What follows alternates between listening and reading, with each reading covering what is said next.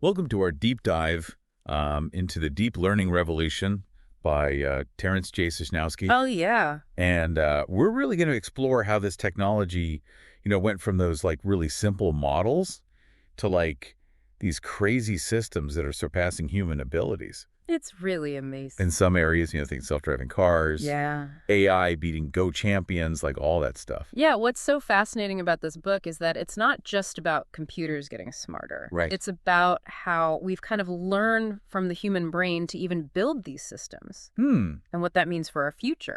So it's like this two-way street where technology is learning from biology and vice versa. Exactly. And one of the things that really struck me was how even those early attempts back in the 1950s Yeah. with the perceptron Mm-hmm. gave us glimpses of what was possible. The perception, that's like the Model T of deep learning, right? Kind of. Yeah. But it could actually learn. Yes, it was this very simple model, almost like a single brain cell, that could be trained to recognize patterns.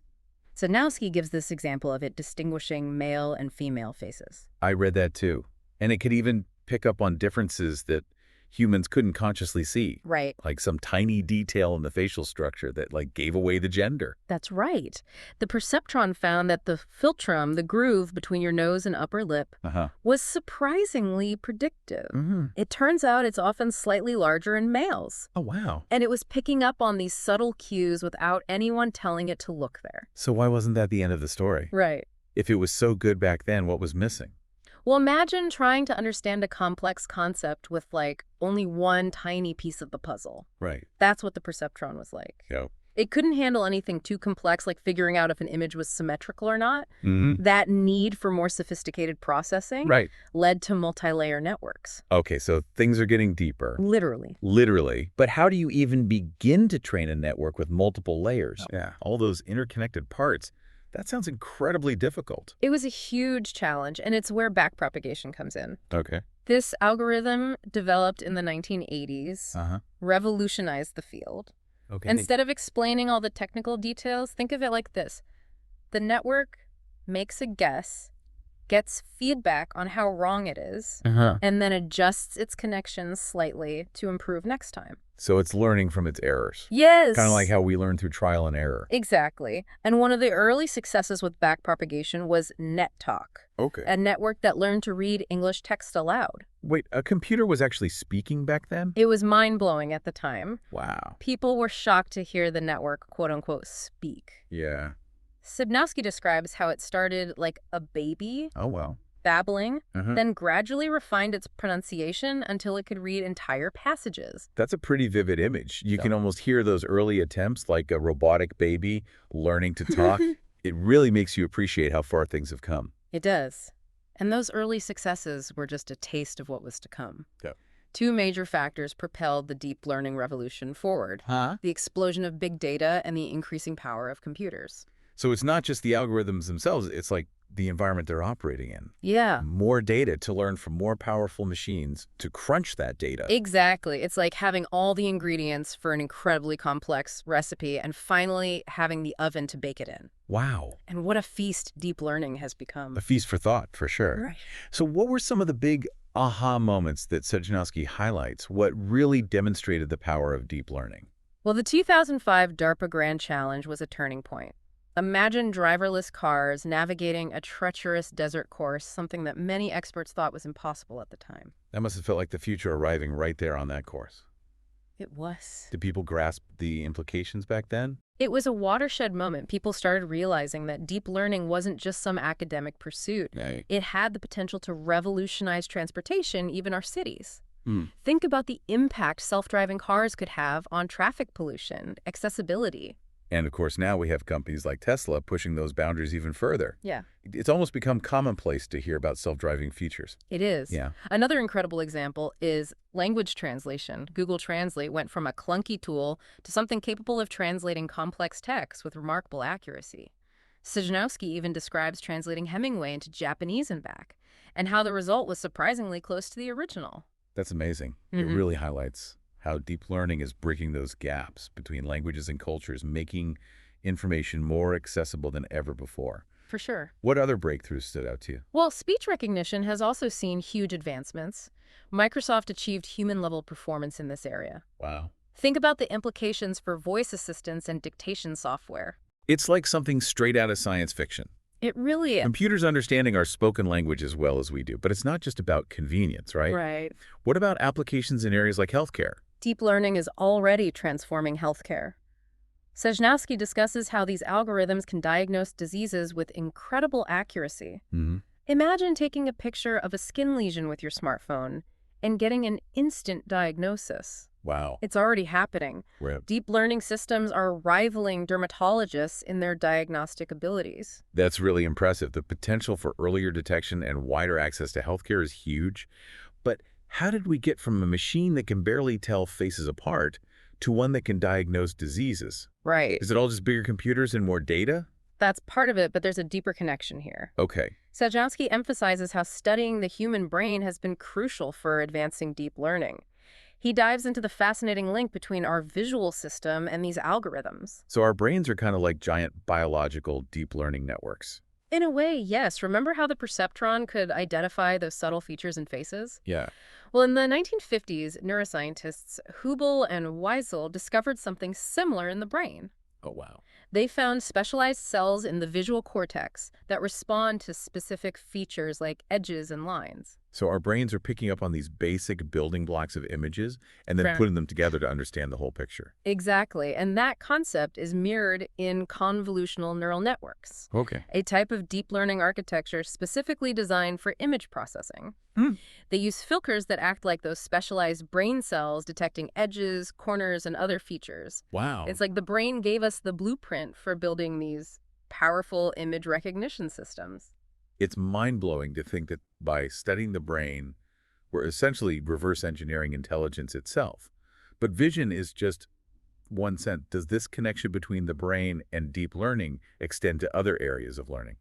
Absolutely. Sejnowski explores how the brain's reward system, driven by the neurotransmitter dopamine, has inspired reinforcement learning in AI. Okay. Think about the feeling of satisfaction you get when you achieve a goal that's dopamine, reinforcing the actions that led to that reward. It's like our brains are constantly running their own internal reward programs, pushing us to learn and adapt. And that's exactly the principle behind reinforcement learning. Sejnowski gives the example of TD Gammon, a program that mastered backgammon by playing millions of games against itself. Mhm. It essentially learned through trial and error, just like a human player, but at an accelerated pace. It's remarkable that a machine can teach itself a complex game simply by playing it over and over. It is. It makes you wonder, what are the limits of this kind of learning? That's one of the most exciting and daunting questions raised by the deep learning revolution. If these systems can master games and language, diagnose diseases, and drive cars, what will they be capable of in the future given the accelerating pace of technological change? That's a question that definitely sparks the imagination. It does. And maybe a little bit of healthy concern. For sure. But before we get too far ahead of ourselves, I think it's worth taking a closer look at some of these specific advancements and what they really mean for us. I agree. Understanding the details is key to appreciating the true impact of this revolution. So let's start with a deeper dive into the world of game-playing AI. Because AlphaGo's victory over the Go world champion Yes. was a moment that really captured the public's attention. It was a monumental event, not just for the field of AI, but for our understanding of intelligence itself. We'll explore that next, but for now, we'll leave you with this thought. If deep learning can already do all of this, what will the next chapter hold? That's the question. It wasn't just about winning, though. Right. What was fascinating was how it made moves that baffled even the top Go players. Moves that seemed counterintuitive to human experts. So it wasn't just like crunching through possibilities faster than a human. It was actually playing differently. Exactly. AlphaGo uncovered strategic principles that had been overlooked for centuries. Wow. It challenged the very foundations of how humans thought about the game. It's almost as if it was teaching the masters something new about their own craft. Right. That must have been a humbling experience for the Go champion. Sejnowski describes how Lee Sedol, the champion, even questioned his own understanding of the game after losing to AlphaGo. Wow. He said he felt like he'd been playing Go the wrong way his entire life. Wow, that's a profound statement. It speaks to the power of deep learning to challenge our assumptions and push us beyond our current understanding. But let's shift gears a bit. We've talked about self-driving cars, language translation, even medical diagnoses. Yeah. What about the impact of deep learning on how we learn? Oh, Sejnowski is really passionate about this. He envisions a future of personalized education powered by AI, where every student has a digital tutor that adapts to their individual learning style. That sounds amazing. It's like having a world-class tutor available 24/7, tailored to your specific needs. But is it really feasible? Can AI truly replace human teachers? Sejnowski doesn't believe. So he sees AI tutors as a complement to human teachers, not a replacement. Human teachers bring so much more to the table. Emotional support, mentorship inspiration. It's about leveraging technology to enhance the learning experience, not to replace the human element. Exactly. Imagine a classroom where AI handles things like personalized instruction and feedback, freeing up human teachers to focus on fostering creativity, critical thinking, and those essential social emotional skills. That's a really compelling vision, but let's be realistic. Not everyone is thrilled about the rise of AI. Right. There are concerns about job displacement bias, even the potential for AI to become uncontrollable. Those are valid concerns, and Sejnowski doesn't shy away from them. He acknowledges the potential downsides, but he also argues that we need to be careful not to let fear stifle innovation. So it's about finding that balance between embracing the possibilities and being mindful of the risks. Precisely, and that's where responsible development and ethical considerations come in. Speaking of which, I'm curious about Sejnowski's perspective on the future of deep learning research. He mentions these NIPS conferences. They sound almost legendary in the AI world. They've become these massive gatherings attracting thousands of researchers from all over the globe. Wow. But what's really fascinating is how they started back in 1987 Yeah. as this small, almost intimate gathering of scientists excited about neural networks. So like a secret society of AI pioneers, In a way, yes, it speaks to how much the field has grown right? and how it's become this melting pot of disciplines, neuroscientists, mathematicians, computer scientists all coming together. It's that interdisciplinary collaboration that has fueled so much progress. It's amazing to think about how far things have come in just a few decades.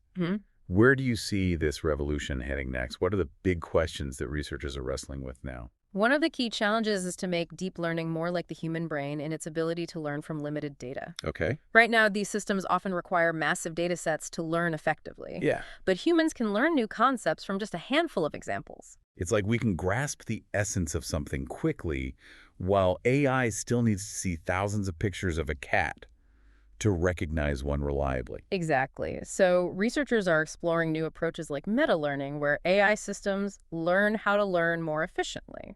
So AI learning to learn, that's a pretty meta concept. It is, and then there's the challenge of making deep learning more robust and reliable. Right? Right now, these systems can be easily fooled by adversarial examples, tiny, almost imperceptible changes to an image that can cause the AI to completely misinterpret it. It's like those optical illusions that trick our brains. Exactly. But for AI. So ensuring that these systems are trustworthy, that they can't be easily manipulated, is crucial, Right. especially as they become more integrated into our lives. It's a lot to consider, but I'm struck by Sejnowski's optimism throughout the book. He seems genuinely excited about the potential of deep learning to solve some of the world's biggest problems. He talks about the potential to accelerate scientific discovery, develop personalized medicine, even address climate change. But he also emphasizes the need for careful consideration of the ethical implications. Absolutely. He argues that we need to be proactive in shaping the development of this technology, ensuring that it's aligned with human values and that it benefits society as a whole. So it's not just about building smarter machines, it's about building a better future with those machines. Precisely. And I think one of the most important takeaways from the book is this idea that the future of AI is not predetermined. Right. It's not some inevitable outcome that we're powerless to influence. It's about making choices, setting priorities, and having those difficult conversations about what kind of world we want to create with this technology. Exactly. The future of deep learning is ultimately a reflection of the choices we make today. I find that both empowering and a bit daunting. It's a reminder that we all have a role to play in shaping this technological revolution. We do, and it starts with understanding this technology, its potential and its limitations. So for our listener, if you're feeling intrigued, a bit overwhelmed, and maybe even a little bit scared, that's okay. Yeah. Those are all valid responses to a technology this powerful. But don't let those feelings stop you from learning more, Right. from engaging in these conversations, and from being part of this incredible journey. Because ultimately, the future of deep learning is not something that's happening to us. It's something we're all creating together. That's a great way to put it. And speaking of creating, let's talk about some of the creative applications of deep learning. Sejnowski highlights some pretty amazing examples of AI generating art, music, even writing. It's a whole other dimension of this revolution, and one that raises some fascinating questions about the nature of creativity itself. We'll explore that in our next segment, but for now we'll leave you with this. If machines can learn to create AI, what does that say about the nature of human creativity? What makes us unique? It's kind of mind-blowing to think that AI can, like, create art. Yeah. I mean, we usually think of creativity as this thing that's uniquely human. Right. But Sejnowski has all these really cool examples, like AI systems that compose music that sounds almost exactly like Bach, Wow. or painting in the style of Van Gogh. There are even systems writing poetry and screenplays. So is AI, like, stealing our creative thunder? Right. Is human creativity doomed now that we have these, like, digital artists?